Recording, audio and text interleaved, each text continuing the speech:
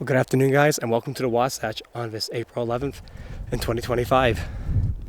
It is good to be back here making videos when plants are actually alive in the mountains. Some of you guys may feel like you've seen this before, all 6 of you returning viewers, and the truth is you probably have seen several of these videos because I like to film here a lot. It's a good little test patch to just make sure I haven't lost my touch, you know. So let's just jump right in and see what you can find today. I think we're going to see a few good things. And if not, I'll show you some really boring stuff. Because I got to make a video. I just have to.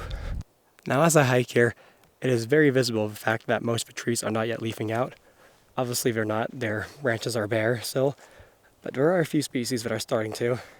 And most notable among them is this one, which is Prunus virginiana, also known as a chokecherry. It is a widespread species of cherry, found also in the eastern United States, as well as in the Mountain West, as it obviously is here. But it is totally native, and it is notable for being one of the first plant species to leaf out in the springtime, at least amongst the native ones.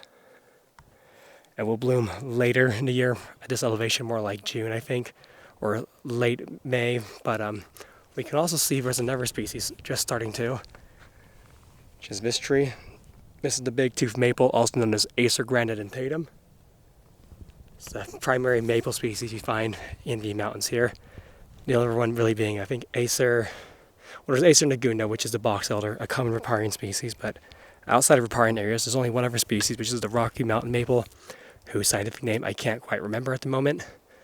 But we don't see too much of it, at least at this elevation. You see it more commonly at higher elevations, but even then, not so commonly, to be honest. Now, coming out of the ground, the most notable species I can find that is native is this one growing everywhere, which is Lomatium dissectum. Some people might commonly call it the Fernleaf Biscuitroot, but I think that's kind of a dumb name. It is so named because it is a member of the carrot family, and it produces a root that is rich in carbohydrates, I guess as much as a biscuit is, which really just goes to show how dumb some of these names are. Some of them are already in bloom, by the way. This plant can get quite large. It's certainly, I think, the biggest Lomatium as far as I'm aware. Certainly the largest native to Utah, but seen some places their inflorescence gets up to like 5 feet tall. Though around here I doubt it'd get much taller than 3 feet, if that.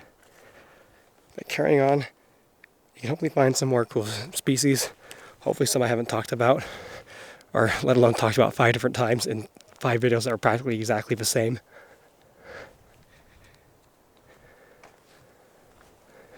Oh yeah, and the other main tree species around here is Quercus gambelii, which hasn't started leafing out or coming to bloom. The Gambel Oak, as it's also known. There's apparently 3 other species of oak native to Utah.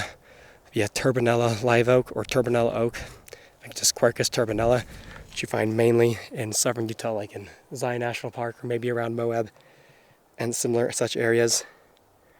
As the name implies, it doesn't lose its leaves in the winter. There's also a Welsh's oak and Harvard's oak.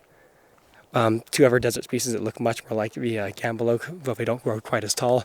I think at least one of them specializes on sand dunes to an extent, and often will have most of its stem buried by the sand. Well, I don't quite know for sure because I haven't really had a chance to see them properly. So let's just carry on.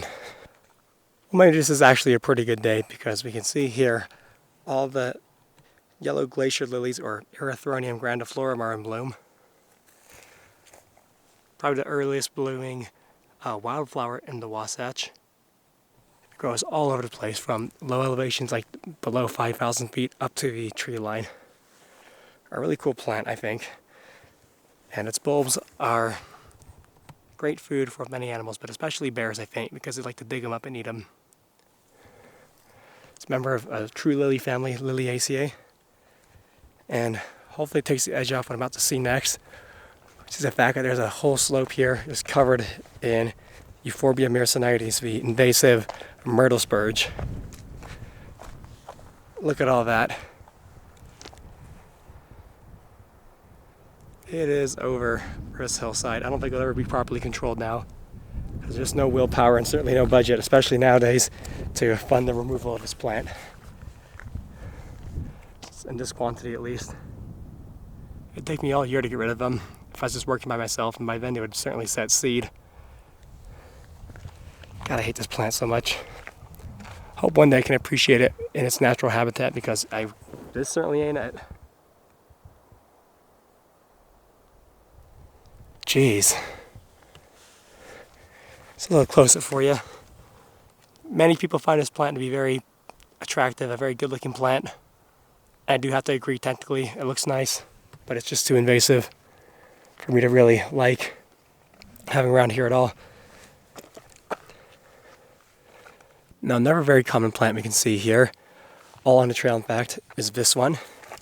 This is Cymopterus longipes. If in a previous video I talked about this plant and called it Lomatium funiculatium, that was incorrect. It is Cymopterus longipes. Now, to be fair to myself, the genus Lomatium is very similar to the genus Cymopterus. They're, in fact, I believe each other's closest relatives. And the only real difference between the two is that Cymopterus fruit have winged fruit, while Lomatium fruit are unwinged. If you could see them, you know what I mean, but you just can't see that right now. And really, they should be keyed together in books, but they typically aren't, which is a shame. But either way, Lomatiums also have some small members that look quite a lot like this and the same size. But that's what its flowers look like. Not quite the same as Lomatium dissectum. Quite different actually, because the Lomatium dissectum inflorescence is branched, while this one isn't. And it's got like these puffball kind of arrangements on them. But either way, very cool and important plant species. And I think they are also typically edible, but don't take my word for it, because many botanists have got themselves into trouble by trying to forage members of a family Apiaceae. There's some real toxic ones in there, in addition to some very delicious ones, such as carrots and parsnips and celery and cilantro and parsley and a few other things I can't remember that we also like to eat. But also water hemlock and poison hemlock, two obviously extremely toxic plants. I think this might be a penstemon, the thing with all the dead stuff around it, but I would have to go and take a closer look. But the flower, old flower, is right there, starting to look like those of a penstemon quite a lot. Oh, and here's a Crepis species starting to come up. It's known as hawkweed. I love the leaves because it just looks so like almost Dr. Seussian, but I can't tell you what species it is exactly. Other than that, it is native, and there are a few native species like it. Well, I think that's about a wrap for today. Thanks for watching. I know I didn't talk about too much, but there really isn't all that much to say right now. It's still very early spring in this area, even though it's well in the mid-spring in the Salt Lake Valley. But we are about 1,700 feet up above the valley floor of Salt Lake City. So season is a little bit behind what we can find there. But either way, again, thanks for watching, guys. I'll make a better video next time. Hopefully a longer one, and hopefully a more in-depth one. I hope I can revisit this area like in May or June and talk more about some of the stuff we can find here and give you guys a little extra information. But for now, thanks for watching, and see you next time.